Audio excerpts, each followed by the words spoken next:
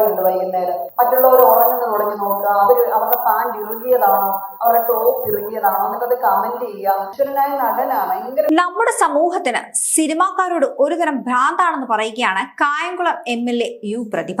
കായംകുളത്ത് കഴിഞ്ഞ ബുധനാഴ്ച നടന്ന എരുവ നളന്ദ കലാസാംസ്കാരിക ലൈബ്രറിയുടെ 34ാം വാർഷികാഘോഷ യോഗത്തിലാണ് പ്രതിഭയുടെ ഈ ഒരു പരാമർശം. ഉടുപ്പിടാത്ത സിനിമാ താരങ്ങളെ ഉദ്ഘാടനത്തിന് കൊണ്ടുവരുന്നത് ഒരു പുതിയ സംസ്കാരമായി നമ്മുടെ നാട്ടിൽ മാറിക്കഴിഞ്ഞിരിക്കുന്നു.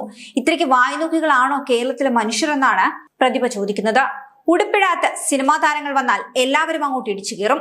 തുണിയെടുത്ത് വന്നാൽ മതിയെന്ന് അവരോട് പറയണം. ഇനി സദാചാരം എന്ന് പറഞ്ഞ് തന്റെ നേരെ വരണ്ട എന്ന് കൂടി കൂട്ടിച്ചേർക്കുകയാണ് പ്രതിഭ. അതുപോലെ തന്നെ ഈ പ്രസംഗത്തിൽ മോഹൻലാൽ അവതരിപ്പിക്കുന്ന ബിഗ് ബോസ് എന്ന പരിപാടിയെക്കുറിച്ചും MLA പരോക്ഷമായി പരാമർശിക്കുന്നുണ്ട്. കേരളത്തിൽ വൈകുന്നേരം നടത്തുന്ന ഒരു ഒളിഞ്ഞുനോട്ട പരിപാടിയുണ്ട്.